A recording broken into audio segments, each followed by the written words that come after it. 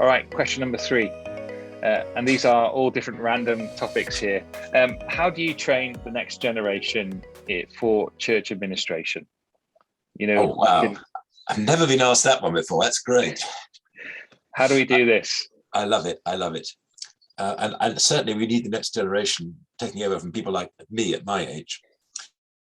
You're still Can I young. go back? Yeah, thank you. Can I go back to when I was late teens, early 20s? Yeah. And I was taught administration at a series of Christian holiday children's camps activities by a very gifted administrator.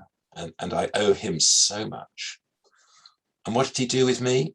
He saw something in me, got me into the team with him, and then gave me huge responsibility at great risk to himself. Okay. And I mucked up once or twice. Okay. Those are in the days of ink stencil duplicators. I once put don't worry if you haven't even heard of these things. I once put an inked up wax piece of material, all been typed up, onto his briefcase, forgetting the ink comes through on the other side, and left the whole printed address list, I think it was, on his briefcase, his leather briefcase. He forgave me. No. He forgave me. Yeah. But he let me make mistakes like that because he was giving me responsibility. So the first thing I'd say is take risks, get ink on your briefcase, as it were, in whatever form that takes today. Secondly, I think I'd say expect them to do things in a different way from the way you've done them. And that isn't wrong.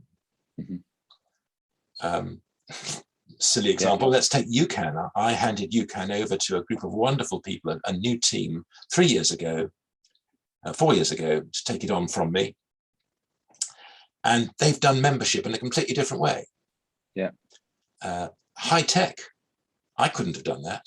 And I just rejoice because I couldn't have done anything like what they've done, but they've done it in a completely different way. It's all automated now. It's all on Church Suite. It's fantastic, but I couldn't have done that. So I could have said, that's the wrong way to do it. Let me show you the way I've done it and you can do it that way.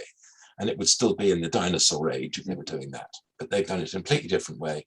And we need to expect that. But then thirdly, I think I'd add, share your enthusiasm, your passion for administration as a ministry for God's work. Just let them see that you're passionate about it. Yes. And that'll be infectious. Yes. Yeah. I think that's great. Yeah. And there's opportunities in churches, isn't it, when we're doing events or something like that, and they are a great opportunity to draw younger people involved, get involved in, the whole thinking around an event, the running an event, the after evaluation of it, what we do differently. So take people on that journey with you.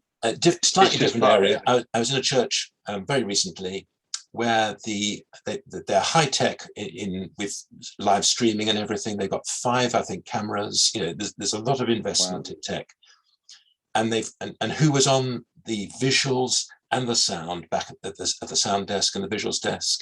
Teenagers. Yeah, teenagers were choosing which picture showed on the live stream next of the 5 cameras. We're zooming cameras in on things. Love it. Huge responsibility for their church. They were trusting teenagers to do it, and it was great.